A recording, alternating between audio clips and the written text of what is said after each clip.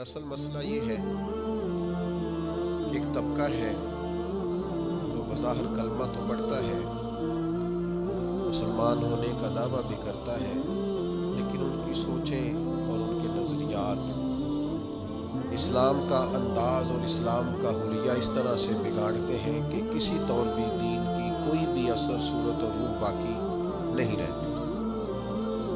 ان کی طرف سے یہ بات کہنے اور سننے کو ملتی ہے کہ علماء، مبلغین، واعظین وہ نیک اعمال پر اخروی اجر بتاتے ہیں، تو ہماری دنیا کا کیا بنے گا؟ میں نے پہلبھی ایک دفعہ عرض کیا تھا، پھر عرض کرتا ہوں کہ اسلام میں دنیا ہے ہی نہیں۔ اسلام میں کہاں دنیا ہے؟ رزق کمانا اور رزق حلال کمانا کوئی دنیا ہے؟ یہ تو دین ہے۔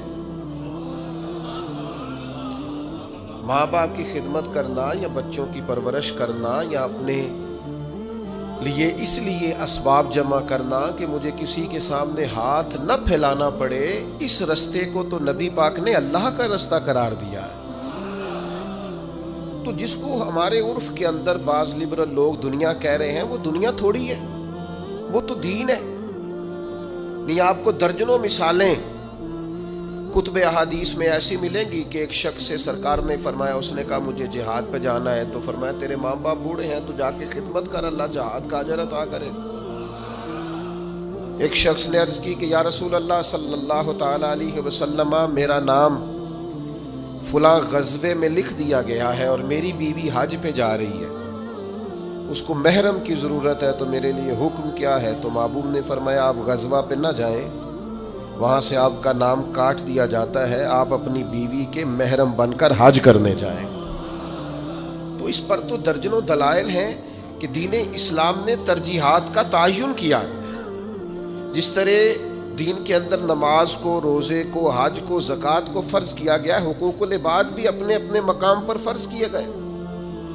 تو اس لیے سرے سے یہ بات کہنا کہ ہماری دنیا کا کیا بنے گا، جتنا دنیا کے معاملات کو، جن کو ہم دنیا سمجھتے ہیں، دنیا کے معاملات کو جتنا اسلام سپورٹ کرتا ہے اور جتنا نظم و ضبط میں لاتا ہے اور جتنا اس میں حسن پیدا کرتا ہے اور جتنی اس کے اندر اسلام حساسیت لاتا ہے، یہ تو کسی اور مذہب میں دور دور تک موجود ہی نہیں ہے۔ تو اس لیے اس پہلو کو سمجھا جائے۔ اب دیکھیے قرآن مجید فرقان حمید کی سورہ نحل کی ایک آیت کریمہ کا میں نے ایک حصہ تلاوت کیا۔ ایک تو اسی سورہ مبارکہ کی ایک آیت میں نے تلاوت کی تھی جس میں اللہ نے فرمایا جو بھی اچھے عمل کرے، من عمل صالحا من ذکر او انثی وهو مؤمن فلنحیینہ حیاتا طیبہ، جو بھی اچھے عمل کرے، چاہے مرد ہو چاہے عورت، شرط یہ ہے کہ مومن ہو، ہم اسے پاکیزہ زندگی عطا فرمائیں گے، اس کی زندگی کے شب و روز کو حیات طیبہ بنا دیا جائے گا۔ اب یہ آیہ کریمہ بھی سورہ نحل میں موجود ہے۔ اللہ کریم نے ارشاد فرمایا للذین احسنوا فی ہذہ الدنیا حسنہ۔ یہ جو حسنہ کا لفظ ہے قرآن میں، یہ بڑا ہی حسین ہے۔ فرمایا وہ لوگ جنہوں نے اس دنیا میں بھلائی کی، ہم نے دنیا میں ان کے لیے بھلائی رکھی ہے، یہاں بھی انہیں بھلائی ملے گی، انہیں ان کی نیکیوں کا اجر دیا جائے گا، ان کی زندگی کو خوبصورت بنا دیا جائے گا، ان کے احوال کو مرتب کر دیا جائے۔ حضرت عبداللہ ابن عباس رضی اللہ تعالیٰ عنہ ارشاد فرماتے ہیں جو آدمی نیک عمل کرتا ہے، اللہ اس کے دل کو اطمینان دیتا ہے، چہرے کو رونق دیتا ہے اور وقت میں برکت پیدا فرما دیتا ہے۔ اس کے لیے اللہ تبارک و تعالیٰ یہ آسانیاں پیدا کر للذین احسنوا فی ہذہ الدنیا حسنہ، ان لوگوں کے لیے جو اس دنیا میں بھلائی کریں گے، اللہ تبارک و تعالیٰ نے بھلائی رکھی ہوئی ہے۔ یہ کیسے ہو سکتا ہے کہ کوئی شخص بھلائی کرے دنیا کی زندگی میں رہ کر اور پھر وہ نقصان اٹھائے؟ تو یاد رکھیے گا اور اس بات کو اچھی طرح سمجھیے گا کہ نیک اعمال کرنے پر انسان کی دنیاوی زندگی میں بھی برکات نازل ہوتی ہیں، اس پہ رحمتیں نازل ہوتی ہیں۔ دیکھیے، ایک ہے آئین، دنیاوی قانون، اسباب کا قانون۔ اسباب کا قانون یہ ہے کہ آگ جو ہوتی ہے وہ جلا دیا کرتی ہے، پانی سے پیاس بجھتی ہے، کھانا کھانے سے بھوک ختم ہوتی ہے، یہ دنیاوی قانون۔ ایک ہے روحانی اور رحمانی قانون، وہ یہ ہے کہ آگ ہمیشہ جلاتی ہے، لیکن اگر رب چاہے تو جناب ابراہیم علیہ السلام کو نہیں جلایا کرتے۔ یہ رحمان کا قانون ہے، یہ روحانی معاملہ ہے۔ ویسے تو انسان کھانا کھاتا ہے تو اس کی بھوک مٹتی ہے، لیکن نبی پاک علیہ الصلوۃ والسلام نے فرمایا بیمار کے ساتھ ضد نہ کرو، اس لیے کہ اس کا رب اسے کھلا بھی دیتا ہے اور پلا بھی دیتا ہے، اس کا پیٹ بھرا ہوا ہوتا ہے، اس کو بھوک نہیں لگ رہی ہوتی۔ یہ کیا ہے؟ یہ روحانی قانون۔ ہم دنیا کے اندر کاروبار کرتے ہیں، تجارت کرتے ہیں، محنت کرتے ہیں، جدوجہد کرتے ہیں۔ آپ ذرا تھوڑا سا اپنے ارد گرد ماحول کا جائزہ لیجئے گا، آپ کو محسوس ہوگا کچھ لوگ بہت تیز ہیں، بہت پھرتیلے ہیں، سوسائٹی کے اندر جتنے چلن ہیں ان سب سے وہ آگاہ ہیں، زمانے کی پیچ و تاب کو پورے طور پر جانتے ہیں، کس وقت کون سا مال خریدنا ہے، کون سا بیچنا ہے، ہر چیز سے انہیں پوری شناسائی، کس محفل میں جا کے کون سا رنگ اختیار کرنا ہے انہیں سب پتا ہوتا ہے۔ یہاں اگر میں چلوں گا اور میں چڑھائی کر دوں گا تو سامنے والا لچک دکھا دے گا، انہیں خبر ہوتی ہے۔ لیکن ایسے لوگ زندگی کی دوڑ میں اکثر آپ کو پیچھے رہتے ہوئے دکھائی دیں گے۔ بہت تیز ہیں، بہت سمارٹ ہیں، سب جانتے ہیں، دین کا بھی پتہ ہے، دنیا کا بھی پتہ ہے، سیاست کا بھی پتہ ہے، مختلف تہذیبوں سے بھی آگاہ ہے، لیکن پیچھے رہ گئے۔ کچھ لوگ آپ کو ایسے ملیں گے بظاہر بھولے بھالے ہیں، سیدھے سادے ہیں، پر مٹی میں ہاتھ رکھتے ہیں اللہ سونا بنا دیتا ہے۔ وہ جو لوگوں کے پاس بہت ساری دنیاوی معاملات ہیں وہ بظاہر ان کے پاس موجود نہیں ہیں، ان کو بہت سارے لوگ کہتے ہیں یار یہ کبھی مجھے یہ والا ہنر آتا ہوتا، یا جس طرح اس شخص کے پاس سرمایہ ہے میرے پاس ہوتا تو میں 10 کے 20 اور 20 کے 40 منٹوں میں کر کے دکھاتا۔ یاد رکھنا کئی دفعہ انسان پر ایسا وقت آتا ہے کہ اس کے لیے ایک رکاوٹ بھی رستے میں باقی نہیں رہتی، وہ جدھر جدھر جاتا ہے دروازے کھلتے جاتے ہیں، جن رستوں پر وہ سفر کرتا ہے وہ رستے اس کے لیے آسان ہوتے جاتے ہیں۔ بڑی لمبی چوڑی دشوار گزار گھاٹیاں ہوتی ہیں، لیکن یہ قدم رکھتا ہے تو رستے سمٹتے چلے جاتے ہیں۔ خود اسے احساس ہوتا ہے کہ یار میں پلٹ کر دیکھتا ہوں تو میں تو وہ کر ہی نہیں سکتا تھا جو مجھ سے ہو گیا، یہ میرے لیے ممکن، یہ میں نے کر لیا، یہ مجھ سے ہو گیا، دروازے کھل جاتے ہیں۔ اللہ کا قرآن کہتا ہے کچھ لوگ ایسے ہیں جن کے لیے اللہ زمین و آسمان کی برکتوں کے دروازے کھول دیتا ہے۔ زمین بھی دروازے کھولتی ہے اور آسمان بھی، تو شرطیں کتنی ہیں؟ اب تو ہر آدمی چاہتا ہے میرے لیے زمین و آسمان کے دروازے کھل جائیں، شرطیں کتنی؟ صرف 2۔ کیا عمل کرنا ہے؟ صرف 2 کام، صرف 2 شرائط۔ یہ قرآن مجید ہے، سورہ اعراف ہے، فرمایا اگر یہ بستیوں والے ایمان لے آتے اور تقوی اختیار کرتے، ایمان لاتے اور متقی ہو جاتے، اللہ سے ڈر کے وقت گزارتے، تو کیا مالک تو صرف انہیں آخرت میں ہی اجر دے گا؟ صرف صبح قیامت ہی ایمان اور تقوی پر جزا مرتب ہوگی؟ تو فرمایا اگر بستیوں والے ایمان لاتے اور تقوی اختیار کرتے لفتحنا علیہم برکات من السماء والارض، ہم ان پر زمین و آسمان کی برکتوں کے دروازے کھول دیتے۔ اگر یہ ایمان لے آتے لفتحنا علیہم برکات من السماء والارض، تو دروازے کھول دیتے زمین و آسمان کی برکتوں، ہم ان پر دروازے کھول دیتے۔ شرط صرف 2، ایمان لائیں اور تقوی اختیار۔ جو بھی کام کریں اللہ سے ڈر کے کریں، مومن اور متقی بن کے کریں، لین کریں دین کریں، خریداری کریں فروخت کریں، حقوق العباد کا معاملہ، حقوق اللہ کا معاملہ، ہر معاملے میں اگر یہ اپنے رب کریم کی رضا کو پیش نظر رکھیں گے تو ایسا نہیں ہوگا کہ نیک لوگ نانے جویں کے محتاج رہیں، ایسا نہیں ہوگا کہ جو لوگ کفر کرنے والے ہیں وہ تو آسودہ زندگی گزاریں اور مومن مجبور اور تہی دست اور تنگ دامن زندگی گزارے۔ مالک کہتا ہے تو تقوی تو اختیار کر، تو پکا مومن تو بن، میں زمین آسمان کی برکتوں کے دروازے کھول دوں گا۔ اور بالکل اسی مضمون کو سورہ طلاق کے اندر بیان فرمایا، بالکل اسی مضمون۔ بعض اوقات ایسا ہوتا ہے انسان مسائل میں گھر جاتا ہے اور اسے چاروں جانب سے راستے بند نظر آتے ہیں، اسے محسوس ہوتا ہے کہ یار اس وقت تو میں وہی ہوں جس کے ارد گرد اتنے لوگ ہوتے تھے، یہ اچانک کیا ہوا؟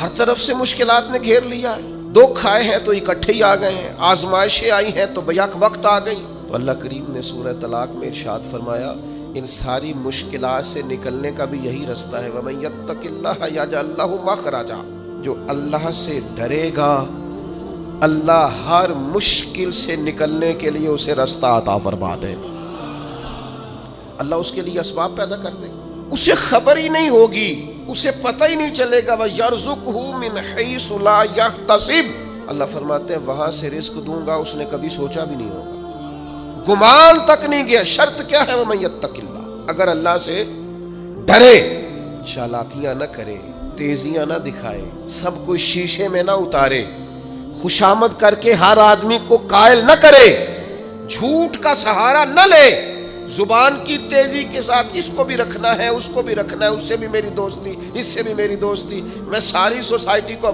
آپ فکر نہ کریں اگر آپ کسی کو شیشے میں اتار رہے ہیں تو وہ بھی آپ کو شیشے میں اتار رہا ہے، بڑے بھولے بھالے بڑے اللہ والے ریاض آپ کو بس ہم ہی جانتے ہیں، اسے بھی ساری ہی خبر ہے، وہ بھی سب جانتا ہے۔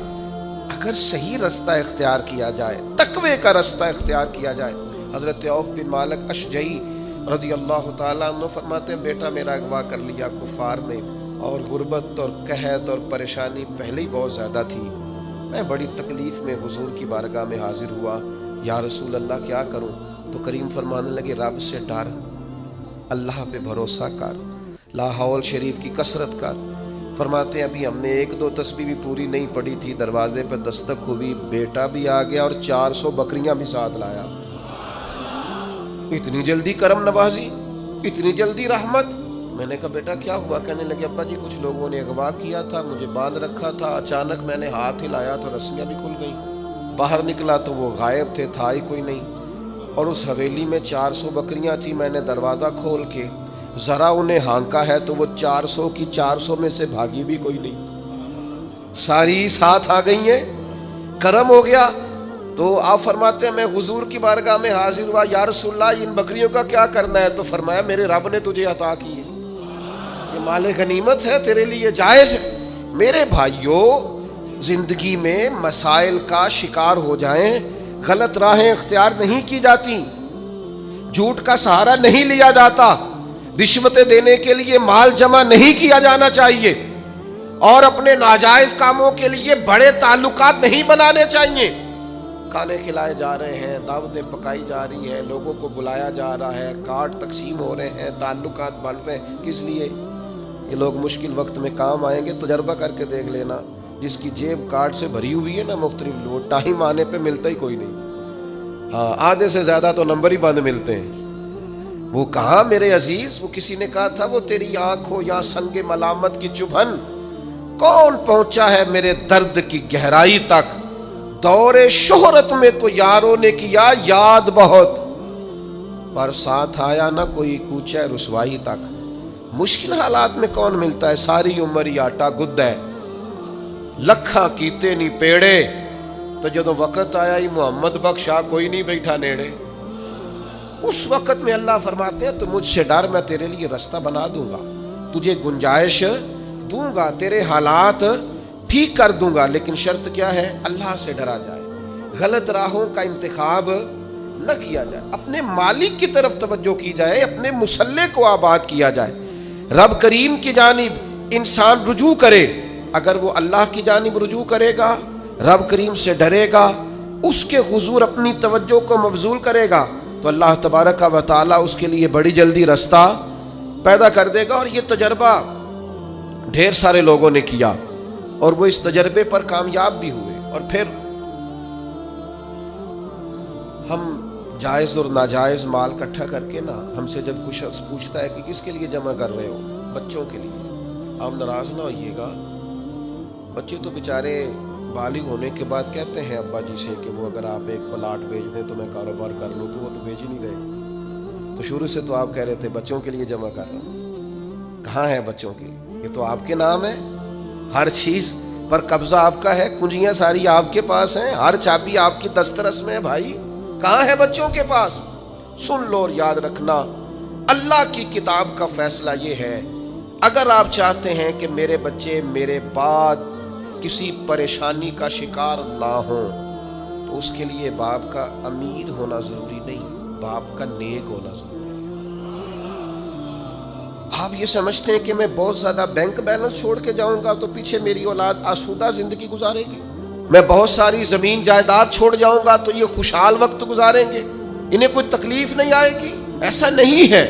قرآن مجید کا یہ فیصلہ ہے کہ آپ کے پیچھے آپ کے مال، آپ کی جان، آپ کی اولاد کی حفاظت تب ہوتی ہے جب آپ تقوی چھوڑ کے جاتے ہیں، پرہیزگاری چھوڑ کے جاتے ہیں، نیک نامی چھوڑ کے جاتے ہیں۔ یہ قرآن مجید ہے، یہ سورہ کہف ہے، یہ حضرت خضر علیہ السلام ہے۔ یہ ایک گاؤں میں گئے ہیں جناب موسیٰ کلیم علیہ السلام کے ساتھ، گاؤں والوں نے مہمان نوازی کوئی نہیں کی، لیکن اللہ کے ان پاک باز لوگوں نے ایک گرتی ہوئی دیوار سیدھی کر دی۔ اور جب جناب خضر علیہ السلام سے پوچھا جاتا ہے کہ جناب آپ یہ گرتی ہوئی دیوار سیدھی کر رہے ہیں اور یہ لوگ وہ ہیں جنہوں نے پانی تک نہیں پوچھا، تو یہ قرآن مجید ہے۔ رب کریم فرماتا ہے جناب خضر علیہ السلام نے فرمایا یہ دیوار 2 یتیم بچوں کی ہے، ان کی ملکیت ہے یہ جگہ، اور اس جگہ کے نیچے ان کا باپ خزانہ چھوڑ گیا ہے اپنے بچوں کے لیے۔ اگر یہ دیوار گر جاتی، خزانہ ظاہر ہو جاتا تو ان بچوں کا مال لٹ جاتا۔ آپ نے یہ نیکی کیوں کی؟ تو اللہ کا قرآن کہتا ہے جناب خضر نے کہا وَكَانَ أَبُوهُمَا صَالِحًا، یہ نیکی اس لیے کی ہے کہ ان کا باپ نیک آدمی تھا، ان کا والد ایک صالح آدمی تھا۔ ابوہما صالحا۔ حضرت عبداللہ ابن عباس اس آیہ مبارکہ کی تفسیر میں فرماتے ہیں یہاں بچوں کی نیک نامی کا ذکر ہی کوئی نہیں، بچوں کا نام ہی نہیں کہ بچے نیک تھے کہ بد تھے۔ صالح کے بچے ہیں، نیک ہی ہوں گے، گمان یہی ہے کہ نیک ہیں، پرہیزگار ہیں، لیکن فرماتے ہیں یہاں صالحیت کا ذکر ہے تو اولاد کی نہیں، باپ کی۔ آپ فرماتے ہیں سن لو لوگوں، یاد رکھو، صالحیت چھوڑ کے جانا اور پھر اگر تم نیک نامی چھوڑ کے جاؤ تو پھر اپنے بچوں کے لیے پریشان نہ ہونا، رب کی رحمت ان کی حفاظت کرے گی۔ تمہاری فصل کو کوئی برباد نہیں کرے گا، تمہارے خزانے کو کوئی لوٹے گا نہیں، تمہارے پیچھے تمہاری اولاد اور تمہارا گھر ویران نہیں ہوگا۔ شرط یہ ہے کہ صالحیت چھوڑ کے جانا، تقوی اپنے پیچھے چھوڑ کے جانا، اپنے پیچھے نیک نامی چھوڑ کے جانا۔ حضرت عمر بن عبدالعزیز رحمۃ اللہ علیہ سے قبل جتنے بھی بادشاہ تھے کروڑوں اربوں کی جائیدادیں چھوڑ گئے وہ، لیکن ان کا حال یہ تھا کہ ان کی اولادیں ایسی شراب کباب میں الجھیں کہ 2 بادشاہ تو ایسے تھے جن کے بچے جامع مسجد کے سامنے بھیک مانگا کرتے، اور جناب عمر بن عبدالعزیز رحمۃ اللہ علیہ نے آخری وقت میں اپنی بیوی کو کچھ نصیحتیں کرنا چاہیں تو وہ کہنے لگی اللہ تعالیٰ آپ کو آپ کی نیکیوں کی جزا دے، اولاد کے لیے کچھ نہیں کر سکے آپ، کچھ نہیں ہے ہمارے بچوں کے پیچھے۔ آپ نے فرمایا بلاؤ نہ بیٹوں کو، تو بیٹے حاضر ہوئے تو حضرت عمر بن عبدالعزیز کہنے لگے بیٹا تمہارا باپ بزدل تھا، جائیداد نہیں بنا سکا، اسے معاف کر دیں۔ کہا بھاجی آپ بزدل کیا مطلب؟ تو ہر میدان میں ڈٹے رہے۔ فرمانے لگے میں بزدل تھا بیٹا، دوزخ سے ڈر گیا، جہنم کی آگ سے میں ڈر گیا، میں نہیں اپنے مالک کے عذاب کا مقابلہ کرنے کی سخت رکھتا تو میں ڈر گیا، تمہارے لیے کوئی ناجائز پیسہ جمع نہیں کر سکا، اپنے باپ کو معاف کر دینا، بس یہی روکھی سوکھی ہے جو چھوڑ کے جا رہا ہوں، قبول کرنا۔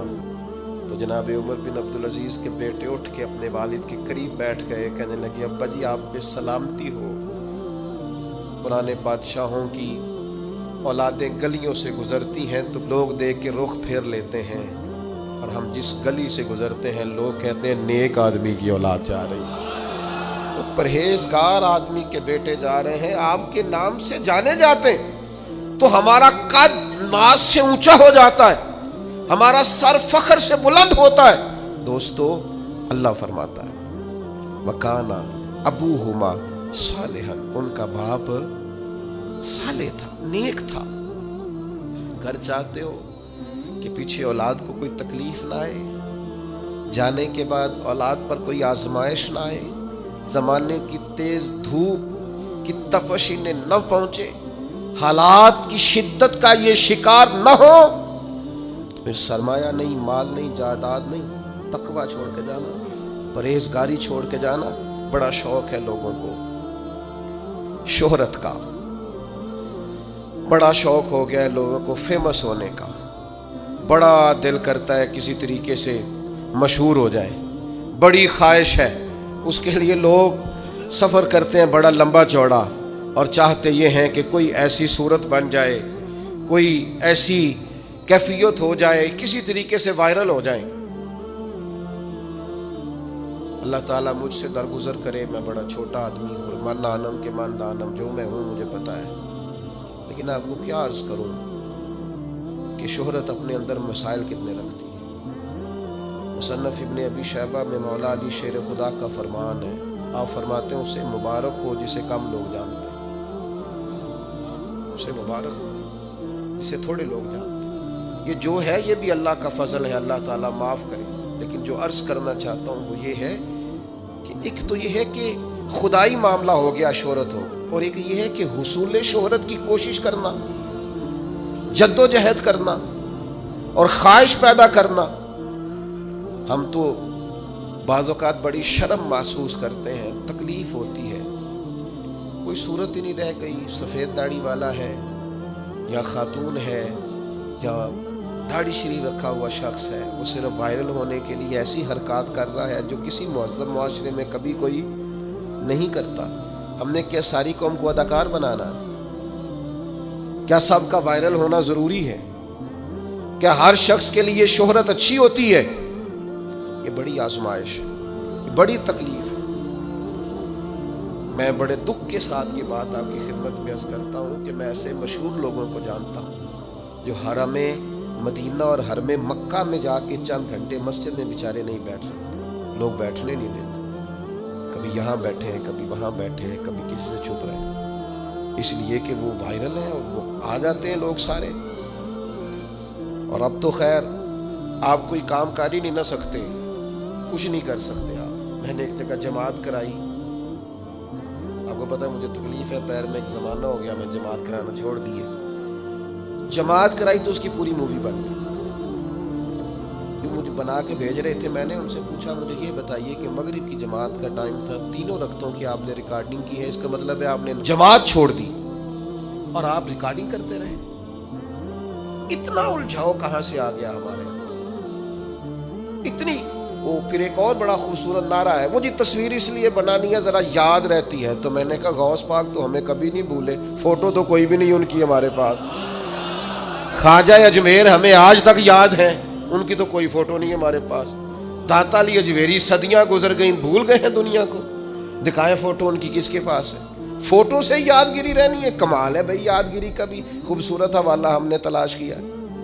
تو میرے عزیز، ایک شہرت وہ ہے جو خدائی ہے، جو خدائی ہے، وہ اگر ملے تو پھر کیا بات ہے، قرآن کہتا ہے وہ بھی ملے گی۔ کس کو؟ ان الذین آمنوا وعملوا الصالحات سیجعل لهم الرحمن ودا، فرمایا بے شک وہ لوگ جو ایمان لانے کے بعد نیک عمل کریں، رحمان لوگوں کے دلوں میں ان کی محبت پیدا فرما دے۔ سیجعل لهم الرحمن ودا، رحمان لوگوں کے دلوں میں محبت پیدا کر دے گا، انہیں شہرت کشید نہیں کرنی پڑے گی، انہیں ڈھونڈ ڈھونڈ کے وہ لوگ نہیں تلاش کرنے پڑیں گے جن کے ساتھ فوٹو آ جائے تو لائکس اور کومنٹس زیادہ ملتے ہیں، ادھر نہیں جانا پڑے۔ رحمان، اور کہاں رحمان محبت پیدا کرے گا؟ لوگوں کے دلوں میں۔ اور صحیح حدیث بخاری مسلم میں موجود ہے، نبی کریم علیہ السلام نے فرمایا جب رب کسی سے محبت فرماتا ہے تو جناب جبریل امین علیہ السلام کو بلا کر فرماتا ہے میں اس بندے سے محبت کرتا ہوں، آپ بھی محبت فرمائیے۔ اور زمین و آسمان کی مخلوق میں اعلان فرما دیجئے کہ اللہ تعالیٰ اس سے محبت کرتا ہے، لہذا سارے اس سے محبت فرمائیں۔ یہ وہ عزت اور شہرت ہے جو خدائی ہے، یہ وہ نہیں ہے جو کسی شخص کے دل میں بڑا شوق تھا، بڑا ارمان تھا، ڈھونڈتا پھرتا تھا اور وہ سارا کچھ کرنے کو تیار تھا لیکن اسے شہرت چاہیے۔ یہ خدائی ہے۔ اگر ایمان لانے کے بعد نیک اعمال کیے جائیں گے تو اللہ لوگوں کے دلوں میں محبت پیدا فرما دے اور لوگوں کی قلبی کیفیت ہوگی، کھنچتے چلے جائیں گے لوگ۔ بہت ساری سہولیات بہت ساری جگہوں پہ موجود نہیں ہوتی لیکن لوگوں کی روحیں کھنچتی چلی جاتی ہیں۔ کیوں؟ اس لیے کہ رحمان لوگوں کے دلوں میں محبت پیدا کر دیتا ہے۔ پھر ایک اور بہت بڑا مسئلہ ہے، ایک مسئلہ ہمارے ہاں یہ ہے کہ میرے خلاف لوگ سازش کر رہے ہیں، لہذا میں نے بھی ان کے خلاف سازش ہی کرنی، میرے بارے میں لوگ باتیں کر رہے ہیں لہٰذا میں نے بھی 10 کی جگہ 20 کر دی، کیونکہ فلاں شخص نے میرے بارے میں یہ کیا ہے لہٰذا میں نے بھی اس کے بارے میں اس طرح کا ظلم زیادتی کی گفتگو ضرور کرنی۔ اللہ کا قرآن فرماتا ہے کہ اگر تم کرو نا صبر اور تم اختیار کرو تقوی تو کسی کا مکر و فریب تمہیں کوئی تکلیف پہنچا ہی نہیں سکتا۔ بعض اوقات ایسا ہوتا ہے کہ دشمن اپنے ہی جال میں پھنس کر مر جاتا ہے۔ اگر صبر کیا جائے، یہ قرآن مجید ہے، یہ سورہ آل عمران ہے، اللہ کریم نے ارشاد فرمایا وَإِن تَصْبِرُوا وَتَتَّقُوا،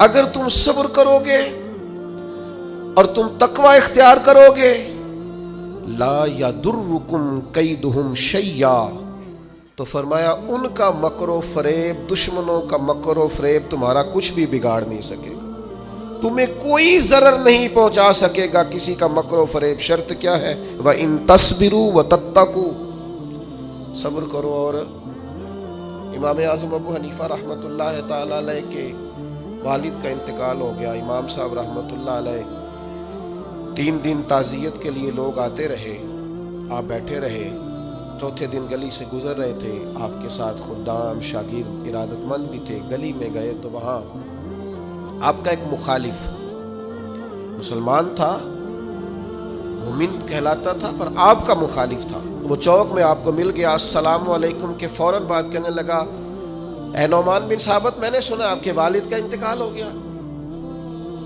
میں نے فرمایا ہاں۔ کہنے لگا مسلمان ہوں، مومن ہوں، آپ کے قبیلے کا ہوں، اپنی والدہ کا نکاح میرے ساتھ کر دیں۔ بڑی تکلیف والا منظر ہے، بڑی اذیت ناک بات۔ آپ کے محبین نے تلواروں پہ ہاتھ رکھ لیے، امام صاحب نے فرمایا اس نے نکاح کی دعوت دی ہے، ایک جائز بات کی ہے، لیکن اتنا غلط طریقہ اختیار کیا ہے، چوکوں میں چوراہوں میں باتیں ہوتی ہیں۔ فرمایا میرے قدموں میں شریعت کی زنجیریں ہیں، میرا رب مجھے صبر اور تقوی کا حکم دیتا ہے۔ سارا حوصلہ جمع کر کے امام صاحب فرمانے لگے عدت گزرتی ہے تو آپ کا نام لے کے والدہ کی خدمت میں عرض کروں گا، اگر وہ آپ سے نکاح میں رضامند ہوں گی تو مجھے اعتراض نہیں ہوگا۔ یہ جملے کہے اور پھر بوجھل قدموں سے 4 قدم آگے اٹھائے تو امام صاحب کے آنسو نکل گئے اور اپنے آنسو پونچھ کے کہنے لگے کئی دفعہ یہ اخلاق کتنے صبر آزما ہو جاتا ہے اور کتنی مشکل میں انسان کو لے جاتا ہے۔ ابھی امام صاحب اگلے چوک میں گئے تھے، وہ دھڑام سے زمین پہ گرا، اس کی روح پرواز کر گئی۔ لوگ دوڑے آئے، کہا حضور اس کا انتقال ہو گیا۔ آپ نے کیا کہا؟ کوئی بد دعا دی؟ فرمایا میں نے بد دعا نہیں دی، ابو حنیفہ کے صبر نے اس کی جان لے لی۔ اس نے میری والدہ کے بارے میں اس طرح چوک میں جگ رسائی کی اور یہ انداز اختیار کیا، اسے پتا تھا کہ شریعت اسلامیہ مجھے صبر کا اور تقوی کا کہتی ہے جائز بات پر، یہ انداز جائز بات کا۔ فرمایا اس نے سمجھا تھا میں لاوارث ہوں، وہ جو میرے ساتھ کرے گا ہو جائے گا۔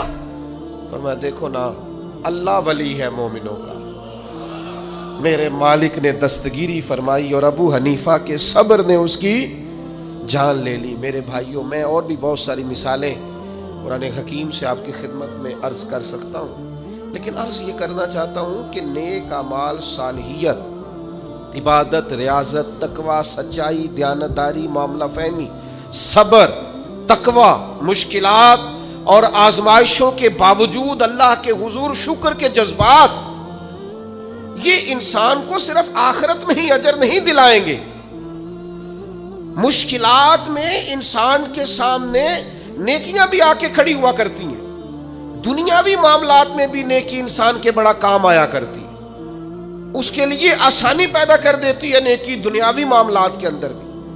بخاری مسلم میں صحیح سند کے ساتھ نبی رحمت علیہ السلام کا وہ فرمان موجود ہے اور بڑا مشہور ہے، معروف ہے، حضور نے خود اسے بیان کیا۔ فرمایا 3 شخص کسی دوسرے علاقے میں جا رہے تھے اور رستے میں بارش اور طوفان نے گھیر لیا، تو ایک غار کے اندر جیسے وہ بند ہوئے، خود رسول رحمت اسے بیان فرماتے ہیں۔ اور حضور فرماتے ہیں لڑک کر کے ایک پتھر جب آیا اور غار کا منہ اس پتھر نے بند کر دیا، اب باہر نکلنے کا کوئی راستہ ہی نہیں تھا. تینوں نے مل کے بھی زور لگایا پر وہ پتھر اتنا وزنی تھا کہ کوئی صورت ہی نہیں تھی. تب ان تینوں نے فیصلہ کیا کہ اپنی کوئی نہ کوئی نیکی نہ یاد کرے. کیا؟ پر اللہ بادی کہتے ہیں مصیبت میں بھی اب یاد خدا ہم کو نہیں آتی. دعا منہ سے نہ نکلی، جیبوں سے عرضیاں ہی نکلی. ہم مختلف محکموں میں درخواستیں جمع کراتے ہیں، مصلح نہیں بچھاتے، تعلقات لڑاتے ہیں، اپنی کوئی نیکی نہ یاد کرے. تو ایک نے ہاتھ اٹھائے اللہ کے حضور، عرض کیا اے مالک تو جانتا ہے میں ریوڑ رکھے ہوئے ہوں بکریوں کا. یہ لفظ ہے صحیح حدیث میں. اے مالک میں نے کبھی بھی دودھ پہلے بیوی بچوں کو نہیں دیا، جب بھی پلاتا ہوں ماں باپ کو پہلے پلاتا ہوں. اور مالک تو علیم بذات الصدور ہے، وہ رات بھی کریم تیری بارگاہ میں ہر چیز موجود ہے کہ جس رات میں دیر سے آیا اور ماں باپ سو گئے، بچوں کو، غلاموں کو، بیوی کو میں نے دودھ نہیں دیا، میں پیالہ لے کے رات بھر کھڑا رہا، صبح جب وہ جاگے تو میں نے دودھ پلایا تھا. مجھے بتا نا، میں نے تو تیری رضا کے لیے کیا تھا. اگر وہ نیکی تجھے پسند ہے تو اس مشکل سے نجات دے. یہ رسول پاک کا فرمان صحیح حدیث میں موجود ہے. رات بھر ماں باپ کے لیے کھڑا رہا، جب اللہ کے حضور اس نیکی کے وسیلے سے دعا مانگی پتھر تھوڑا ہٹ گیا، ہوا اور روشنی کا بندوبست ہو گیا. کرو نا ماں باپ کے ساتھ نیکی. اور میں صحیح حدیث میں یہ الفاظ آپ دیکھ سکتے ہیں کہ فرمایا بیوی بچوں پر ماں باپ کو فوقیت دیتا رہا ہوں، یہ نیکی ہے میری. ماں باپ کی خدمت نہیں کرتا رہا ہوں، بیوی بچوں سے پہلے ماں باپ کو درجہ دیتا رہا ہوں. پتھر ہٹ گیا. دوسرا عرض گزار ہوا، مالک تو دلوں کے حال جانتا ہے، تجھے پتا ہے مجھے اپنی چچا زاد بڑی اچھی لگتی تھی، میں نے کئی بار اسے دعوت دی، لیکن اس پاک باز عورت نے رخ میری طرف نہ کیا. پھر ایک دفعہ قحط ہو گیا تھا، وہ مجبور ہو گئی، تنگ دست ہو گئی، مجبور ہو کے آئی. میرے ساتھ خلوت میں چلو، لیکن وہ آئی اور کانپنے لگی اور کہنے لگی اللہ سے ڈر. مالک وہ میرے قبضے میں تھی، میں سب کر سکتا تھا، پر تیرے لیے، تیری رضا کے لیے میں ڈر گیا تجھ سے. اگر یہ نیکی تجھے پسند ہے تو کرم فرمانا. حضور فرماتے ہیں پتھر تھوڑا اور سرک گیا، اور تھوڑا ان کے لیے کشادگی ہو گئی. ہوا کے جھونکے تیز آنے لگے. مشکلوں میں جب ہوا کے جھونکے آئیں تو وہ تیرے تعلقات کی بنیاد پر نہیں آئیں گے، تیرے تقوی کی بنیاد پر آئیں گے. تیرے تقوی کی بنیاد پر ہوا کے جھونکے آئیں گے. تیسرا بولا، اس نے کہا مالک میں نے مختلف لوگ مزدوری پہ رکھے ہوئے ہیں، سب کو بر وقت مزدوری دینے کا آتی ہوں. ایک شخص اپنی کچھ دنوں کی مزدوری چھوڑ گیا تھا، پھر میں نے ڈھونڈا، وہ مجھے ملا نہیں. میں نے اتنے پیسے کاروبار میں لگا لیے. اے میرے کریم رب تو جانتا ہے، پھر اس سے نفع ہوتا رہا اور میں اس کے حصے کا نفع رکھتا رہا. اور پھر جب پیسے اتنے ہو گئے، میں نے اونٹ بھی خریدے، بکریاں بھی خریدی، اور بھی جانور خریدے، غلام بھی خریدے. سالوں کے بعد وہ شخص آیا اور کہنے لگا میں مجبور تنگ دست ہوں، میری کچھ رقم آپ کی طرف بقایا تھی، اگر مل جائے. تو میں نے کہا یہ غلام بھی تیرے، اونٹ بھی تیرے، بکریوں کے ریوڑ بھی تیرے. تو کہنے لگا آپ مذاق کر رہے ہیں، صحیح حدیث میں موجود ہے مذاق کر رہے ہیں. تو میں نے کہا نہیں بھائی میں مذاق نہیں کر رہا، یہ میں نے سارا اپنے رب کی رضا کے لیے کیا ہے، تیرے لیے نہیں کیا. تیرا سرمایہ تھا وہ کاروبار میں لگتا رہا. یا ہمارے ہاں بھی پارٹنرشپ ہوتی ہے، یہاں بھی کاروبار چلنے لگے تو لوگ کہتے ہیں اب میرا تیرا گزارا نہیں، چلنے جو لگ گیا ہے، کہتے تو فارغ ہے. یہاں تو لوگ کرائے پر دکان دیتے ہیں، اور اگر سمجھے نا کہ وہ بیچارہ جو بیٹھا ہے دکان میں اس کا کاروبار ٹھیک چلنے لگا ہے تو کہتے تو خالی کر، مجھے خود کرنا ہے، نکل. اس نے اتنا پیسہ سنبھال کے رکھا. کریم محبوب بیان فرماتے ہیں، رسول رحمت کے لبہائے نور سے یہ جملے نکلے. فرمایا اس نے اپنی اس نیکی کا وسیلہ دے کر جو رب کے حضور بات عرض کی، چہرے پر ہاتھ پھیرے ہی تھے کہ پتھر لڑکا، راستہ خالی ہو گیا. اللہ کے رسول ہمیں یہ نصیحت کرنا چاہتے ہیں کہ جب تم پر مشکلات بنے نا تو نمبر نہ تلاش کرو کہ فلاں کا نمبر کہاں ہے، فلاں کا نمبر کہاں ہے. کوئی رات ڈھونڈو جو صرف رب کی رضا کے لیے گزری ہو. کوئی نیکی تلاش کرو جو فقط اللہ کے لیے کی ہو. کوئی آنسو ڈھونڈو جو تم نے کسی مسکین یتیم کے پوچھے ہو. کوئی ایسا شخص جو تڑپ کے رو رہا تھا لیکن تمہاری وجہ سے ہنسا ہو. کوئی ماں جس نے راہ جاتے تمہیں دعا دی ہو کہ بیٹا جا تو جیتا رہے. کوئی بوڑھا شخص جس نے دعا دی ہو کہ اللہ دنیا اور آخرت میں تیرا بھلا کرے. کوئی یتیم، کوئی لاوارث، کوئی کمزور، کوئی شخص جس کی روح سے تمہارے لیے دعا نکلی ہو. کوئی بیٹھا ہوا مجھے دور دعا دیتا ہے، میں ڈوبتا ہوں پر سمندر اچھال دیتا ہے. بھائی نیکیاں زندگی کو بھی سنوار دیتی. یہاں بھی انسان کو نفع ہوتا ہے، اس دنیا کے اندر بھی اسے بے شمار برکات نیکیوں کی برکت سے نصیب ہوتی ہیں. اس لیے یہ جو لبرلز ہمارے بیچارے بیٹھ کے کہتے ہیں نا مولوی صرف آخرت کی بات کرتا ہے، نا نا نا نا. دین تو جب بھی بات کرتا ہے کہتا ہے دعا یہ مانگو کہ ربنا آتنا فی الدنیا حسنہ وفی الآخرۃ حسنہ. اے اللہ دنیا بھی حسین فرما دے اور آخرت بھی حسین فرما دے. اسلام کسی مقام پر کسی جگہ بھی فقط آخرت کی بات نہیں کر رہا.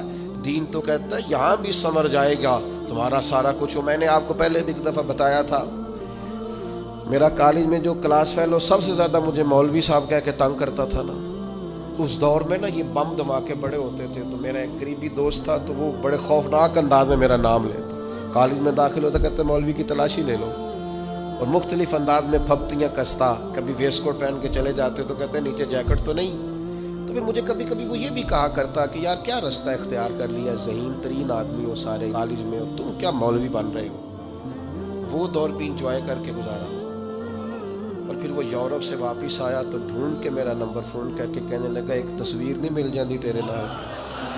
انج بھی سجن واہ واہ تے انج بھی سجن واہ واہ. اپنی زندگی میں مت سمجھیں آپ کہ صرف آخرت میں ہی صرف جزا ملنے والی ہے.